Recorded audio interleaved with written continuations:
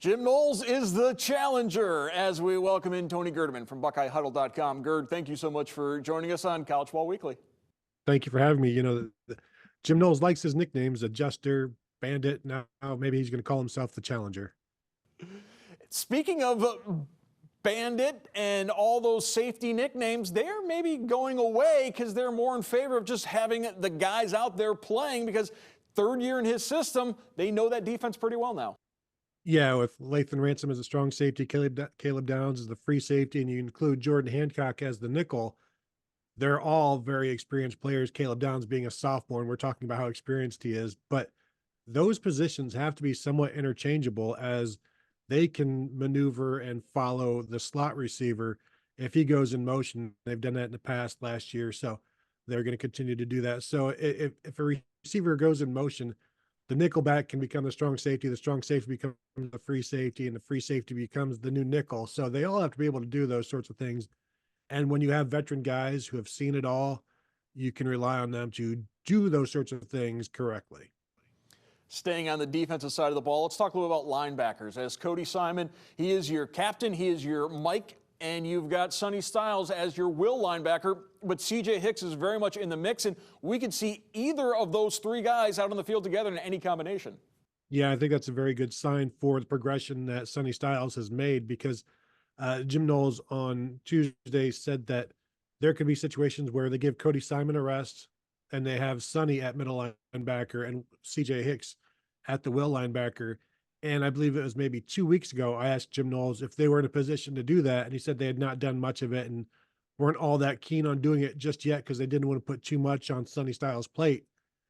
But the way that Jim Knowles talked on Tuesday, like, it was almost like they can't give Sonny Styles enough right now, and he's just gobbling it all up. And so, yeah, he said those three will probably, ideally, maybe play the same number of snaps because of the kind of rotation that they have. But I also think there will be times where all three of them will be on the field at the same time because Sonny Styles and CJ Hicks have both practiced at Sam. Of course, Cody Simon has played every single linebacker position in his 4+ years now at Ohio State. Will Howard is the starting quarterback for the Buckeyes. We know Devin Brown is number 2. How much Devin Brown will we see against Akron? Well, that's up to Will Howard, I guess, right? If Will Howard is very, very good in the first half, maybe one series in the third quarter, and then you hand it over to Devin Brown. What I thought was interesting that Ryan Day said he and Chip Kelly have talked about, do you throw Devin Brown out there in like the third series or the fifth series? Coaches will do that this time of year, and they don't really want to. Right now, they're not planning to do that, basically. And I think part of that is because they want Will Howard to get into a rhythm. And if he has not gotten into a rhythm by the time it's Devin Brown's turn in, say, the third or the fifth series, they kind of want to continue to try to get him into that rhythm so that he can finish strong and then get out. But I expect to see at least 3 quarterbacks on Saturday. And if there aren't, maybe it's because they just wanted to see quite a bit from Devin Brown. Ryan Day has tried to dampen the expectations over freshman wide receiver Jeremiah Smith, but he did concede that, yes, Jeremiah will be starting on Saturday. What is the ceiling for Smith? Yeah, as Michael Jordan would say, it's through the roof, basically. You're talking about the most advanced freshman wide receiver that we've seen.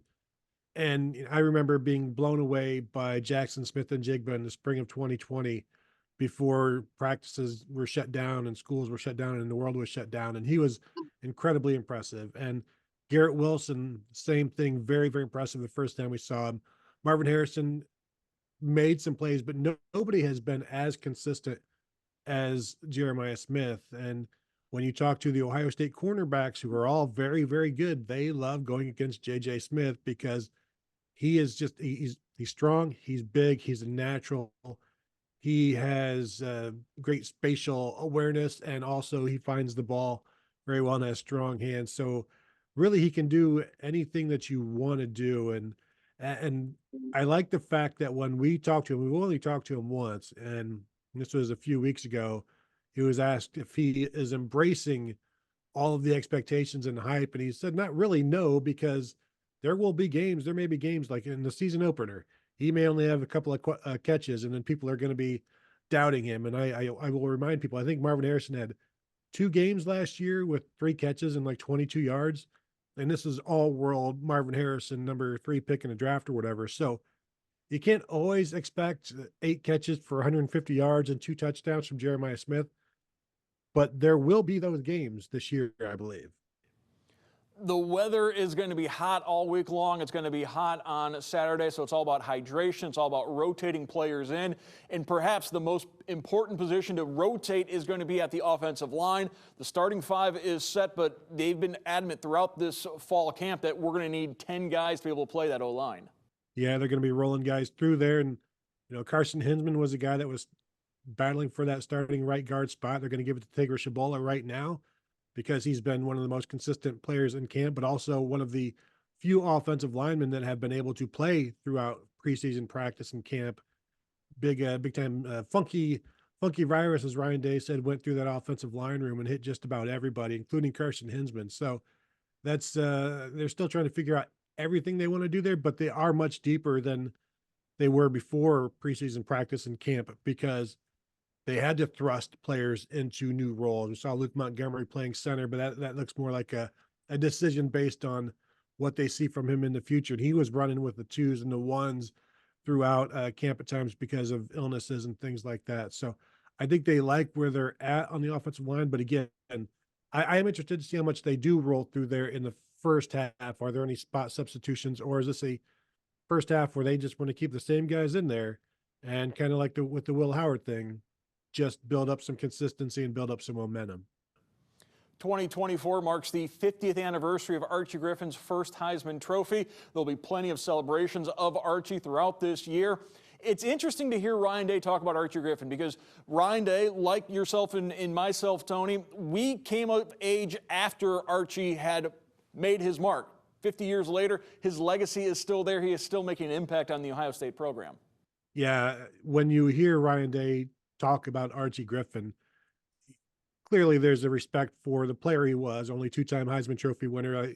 You're contractually obligated to say that when talking about Archie Griffin, but the impact he's had on people that certainly never saw him live, that you're talking about a smaller handful that was able to watch him and had an emotional connection that way. But instead, he's touching so many people now, impacting so many people now who only know him as Archie. Like, they don't know him as Archie, the football player. They just know him as Archie Griffin, the Ohio State ambassador, and the person who looks them in the eye and talks to them and wants to know how they're doing and things like that. So, yeah, he's a legend on the field and off the field, and lives up to it every step of the way, no matter who you talk to.